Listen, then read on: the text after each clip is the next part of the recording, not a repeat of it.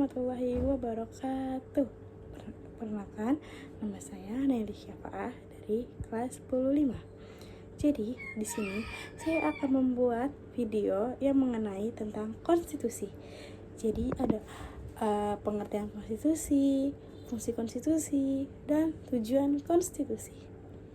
Silakan disimak dengan baik ya teman-teman. Dadah. Oke, di sini aku akan menjelaskan apa sih itu konstitusi. Pasti kalian ada yang sudah tahu konstitusi dan juga ada yang belum tahu konstitusi. Jadi di sini aku akan menjelaskan pengertian konstitusi. Dalam konteks organisasi atau negara, Mahkamah Konstitusi dalam Pusat Pendidikan Pancasila dan Konstitusi menerangkan bahwa pengertian konstitusi terikat dalam pembentukan atau kelahiran suatu organisasi. Jadi, pengertian konstitusi adalah kesepakatan dasar dalam pembentukan organisasi yang mungkin pada awalnya itu tertulis, namun dituangkan dalam bentuk tertulis atau format, khususnya lainnya seiring perkembangan zaman. Jadi selanjutnya aku akan menjelaskan tujuan konstitusi. Jadi konstitusi merupakan hukum dasar negara tertinggi dalam suatu negara.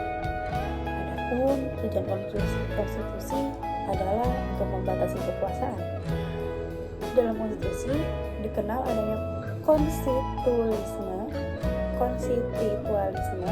yang merupakan paham di mana kekuasaan harus dibatasi agar negara dapat dijelaskan sesuai dengan tujuan pembentukannya. Jika tidak dilakukan pembatasan kekuasaan, konstitusi akan kehilangan rohnya dan hanya akan menjadi legitimasi bagi kekuasaan negara yang tak terbatas.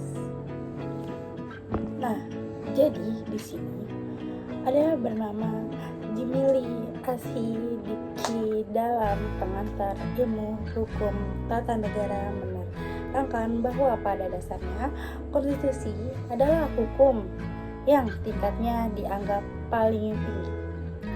Sehubung dengan itu, sebagai hukum tertinggi, tujuan dibentuknya konstitusi adalah untuk mencapai dan mewujudkan tujuan yang tinggi, yakni kayak keadilan, terus ketertiban dan perwujudan nilai ideal seperti kemerdekaan, kebahasaan, kesetaraan dan kemakmuran bersama.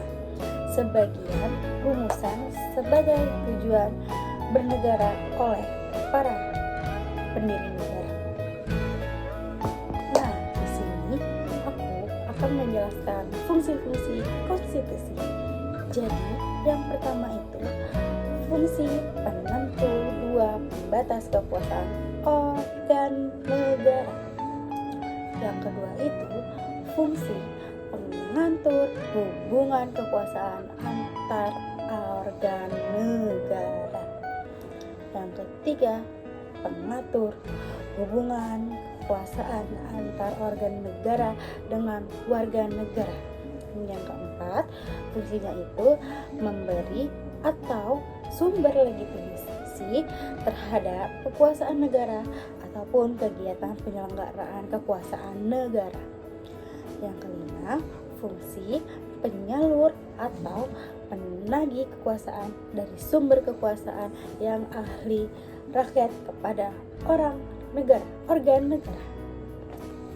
Nah, yang keenam, fungsi simbolik sebagai mempersatu.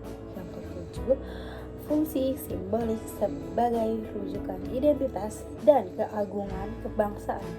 Yang kedelapan itu fungsi simbolik sebagai pengendalian masyarakat baik dalam arti sempit di bidang politik maupun dalam arti luas yang mencakup bidang sosial dan ekonomi. Yang 10, fungsi sebagai sarana perkayaan dan pembaruan masyarakat baik dalam arti sempit maupun dalam arti luas. Di konstitusi itu ada konstitusi tertulis dan konstitusi tidak tertulis.